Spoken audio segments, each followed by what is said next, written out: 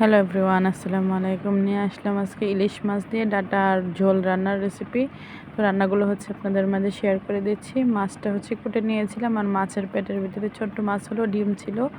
তো এখানে হচ্ছে সব ধরনের মশলাগুলো নিয়ে নিয়েছি। পেঁয়াজ কুচি, আদা রসুন বাটা, তারপর হচ্ছে লাল মরিচের গুঁড়ো, হলুদ গুঁড়ো, স্বাদ মতো লবণ, আর এদিক দিয়ে হচ্ছে ডাঁটাগুলো একদম কুচে নিয়েছি, প্রসেস করে একদম ধুয়ে নিয়েছি। এখন হচ্ছে পরিমাণ মতো তেল অ্যাড করে, আর হচ্ছে পেঁয়াজ কুচিগুলো এখন হচ্ছে একটু তেলের মধ্যে নিয়ে একটু ভেজে নিয়েছি, আর হচ্ছে আদা রসুন বাটাটা অ্যাড করে নিয়েছি। আর হচ্ছে রোজা রেখে ক্লান্ত হয়ে রান্না করতে একদম ইচ্ছে করে না, তারপরও খেতে হলে তো অবশ্যই রান্না করতে হবে। আর যেহেতু পেজের মধ্যে তো ভিডিও যখন আমরা ভিডিও করি তখন হচ্ছে আরও যত্ন করে ভিডিও করতে হয়। তো যাই হোক, এই দিক দিয়ে হচ্ছে আমি সবগুলো মশলা দিয়ে দিয়েছি, একটু পানিও দিয়ে দিয়েছি এখানে।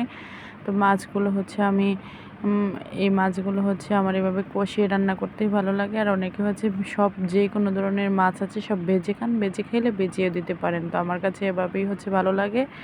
ইলিশ মাছটা যেহেতু গ্রানের মাছ, এই জন্য হচ্ছে আমি মাছটাকে কষিয়ে নিয়েছি। তো আমার কষিয়ে নেওয়া হয়ে গেছে, মাছগুলো উঠিয়ে নিয়েছি যাতে ভেঙে না যায়। তো মাছগুলো হচ্ছে আলাদা একটা পাতিলে রেখে দিয়েছি। আর এখন হচ্ছে মশলাটা কষিয়ে নিয়েছি, তার মধ্যে হচ্ছে ডাঁটা আর সাথে আলু একটা অ্যাড করে নিয়েছি। তার সুন্দরভাবে অল্প অল্প একটু পানি দিয়ে এখন হচ্ছে সুন্দরভাবে কষিয়ে নিয়েছি। এই যে আমার কষিয়ে নেওয়া হয়ে গেছে। এখন হচ্ছে আমি মাছের পিসগুলো হচ্ছে এর মধ্যে অ্যাড করে ঝোলের জন্য দ্বিতীয়বার পানি অ্যাড করে নেব।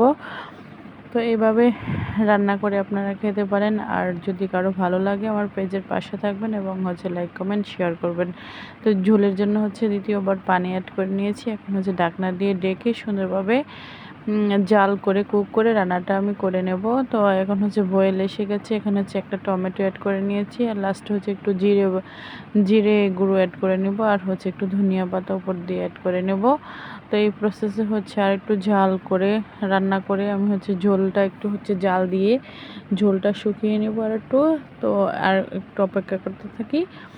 তো এখন হচ্ছে একটু লবণ লাগবে, তো হালকা একটু লবণ অ্যাড করে নিলাম। এই যে আমি জিরে গুঁড়োটা অ্যাড করে নিয়েছি। তো এভাবে পাতলা ঝোল একটু রান্না করে খেলে ভালোই লাগে মাঝে মাঝে, সবসময় তো আর ভালো লাগে না।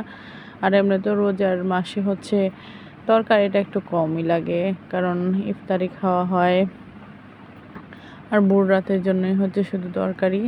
তো এই যে আমি ধনিয়া পাতাগুলো এখানে অ্যাড করে নিয়েছি তরকারির মধ্যে, পাতিলের মধ্যে। এখন হচ্ছে ঢাকনা দিয়ে একটু ডেকে 2 মিনিটের মতো জাল করে তারপর হচ্ছে আমার রান্নাটা হয়ে যাবে। তা যারা নতুন রাঁধুনি আছেন তাদের উপকারে আসলে আমার ভালো লাগবে। তো আশা করছি আপনারা বুঝতে পেরেছেন। তো এই যে দেখতে দেখতে হচ্ছে আমার মজাদার এবং সুস্বাদু রান্নাটা হয়ে যাচ্ছে। আমি ঢাকনা দিয়ে ডেকে আর একটু জাল করে নিচ্ছি।